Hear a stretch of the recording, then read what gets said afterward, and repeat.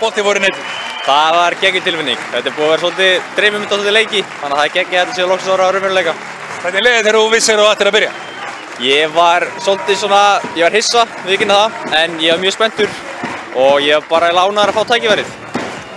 Hversu gaman er þetta í svona skalanum 1–10? Ég myndi segja þetta væri 10. Við erum alltaf með geggjaða leikmenn í kringum mig og ég þarf bara að vera í bóksinu og klára það sem ég fæ. Við erum með frábæra leikmenn sem bara frábært lið og þú sér það bara hérna. Við getum bara að spila mjög vel og það er bara geggjað að spila með þeim. Þið þurfum að vera rosalega góð tilfinning fyrir því að eftir þennan fyrsta alvöruleika hafa skorað. Þú átti örugglega að skora fullt af mörkum í framhaldinu. Já, það er geggjað að byrja þetta vel. Ég vona að hann að skora. Það er bara eiginlega geggjað að fá tækifærið. Þannig að næsta æfing verður eiginlega ennþá skemmtilegri en svo síðasta. Jú, er það ekki alltaf skemmtilegra? Jóttu kallið minn. Takk fyrir það. Það er ekki sjálfur Óskar Hrafn Þorvaldsson, sáttur? Já, mjög sáttur sigurinn. Var ekki fara svona aðeins þig? Keflavík ekki gera svo mikið en allt í einu komin í 2?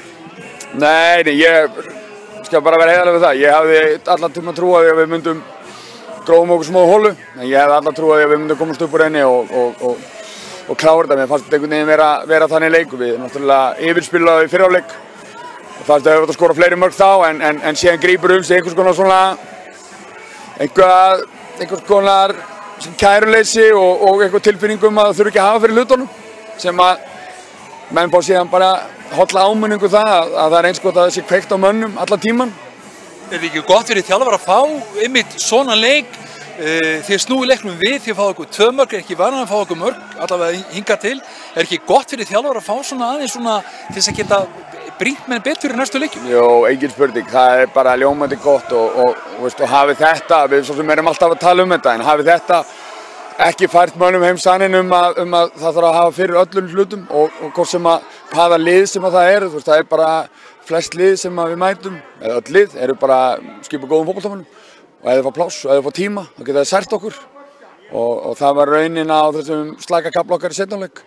Það er kannski sá fleiri leikir í sumar að þið eru að yfirspila, þið eru miklu betri framan af en mörkin, ef þú kom ekki, þá er þetta svona pínu á svona vandræði.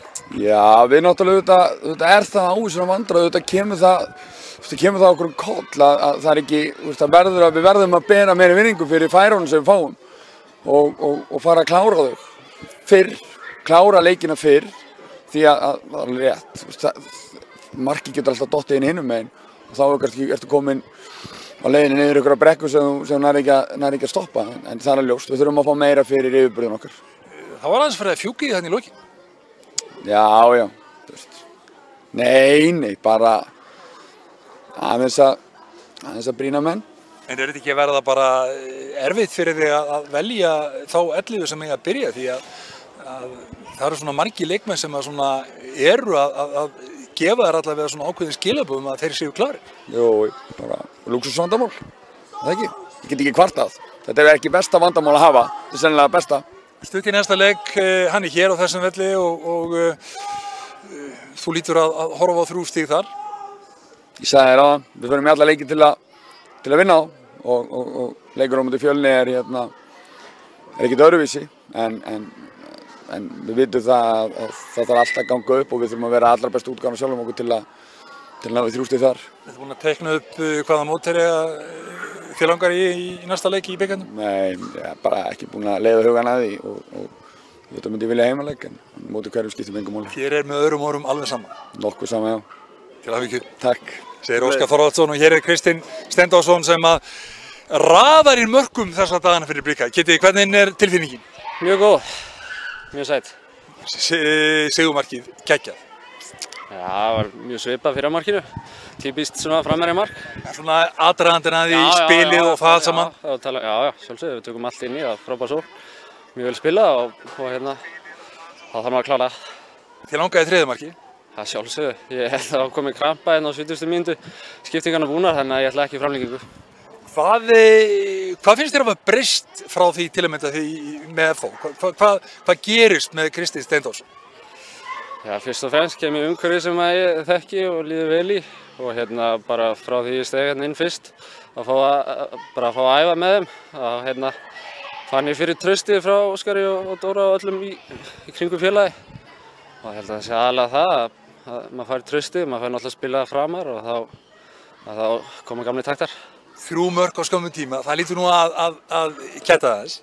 Sjálfsög, það var komin tíma á það, þannig að þetta er svona smá Tómas Ósi effekt, þannig að vonandi heldur áfram.